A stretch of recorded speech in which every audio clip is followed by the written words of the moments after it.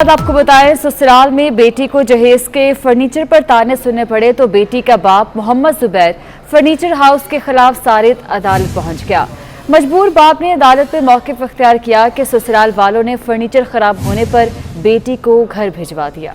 इसी पर बात करेंगे। हमारे साथ मौजूद हैं हमारे नुमाइंदे शाहीन अतीक। शाहीन अतीक, बताइएगा मजीद क्या कहना था बेटी के बाप का?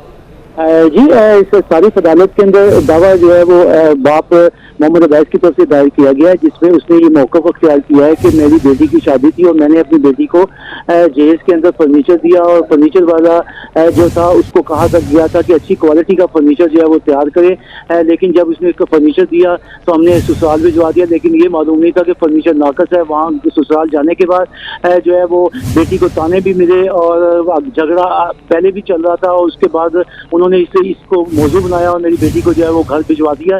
अदालत में उसने इस्तदा की कि मुझे फर्नीचर हाउस का जो मालिक है मोहम्मद जुबैर, उसके खिलाफ जो है फौरी तौर पर जो है वो कार्रवाई की जाए और इसे हर्जाना दिलवाया जाए। अदालत में हर्जाना जो है वो 5 लाख रुपए हर्जाना का दावा जो है वो दायर किया गया, जिस पर अदालत ने दावे को समाअत के लिए मंजूर करते हुए 1 नवंबर को जो है वो फर्नीचर हाउस के मालिक मोहम्मद जुबैर को नोटिस जारी कर।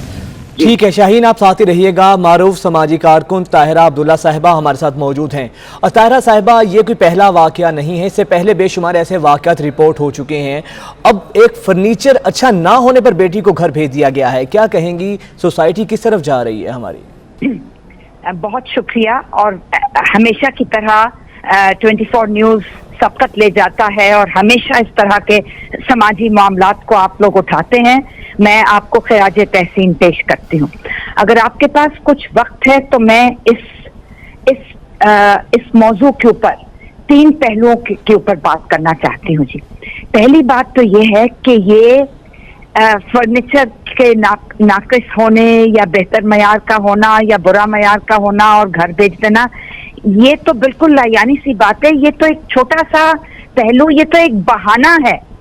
हमने देखना है कानून क्या कहता है, हमने देखना है कि समाजी रवैये किस तरफ जा रहे हैं और हमने देखना है कि हुकूमत कितनी सीरियस है इस लानत पर तवज्जो देने के लिए। ये 3 पहलुओं पे मैं जरा 1-2 मिनट बात करना चाहती हूँ, अगर आप मुझे मोहलत देंगे। जी।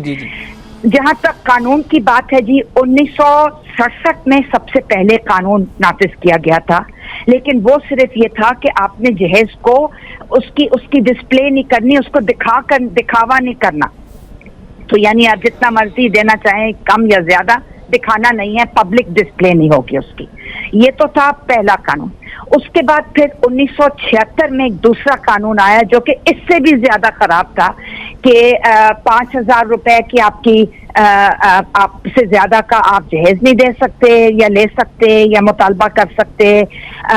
शादी की तकरीबात में 2,500 से ज्यादा खर्चा नहीं हो सकता और लेने वाले और देने वाले जो तोहफे होंगे वो 100 रुपए फीकत से ज्यादा नहीं हो सकते, वगैरह वगैरह। लायानी बिल्कुल फजूल।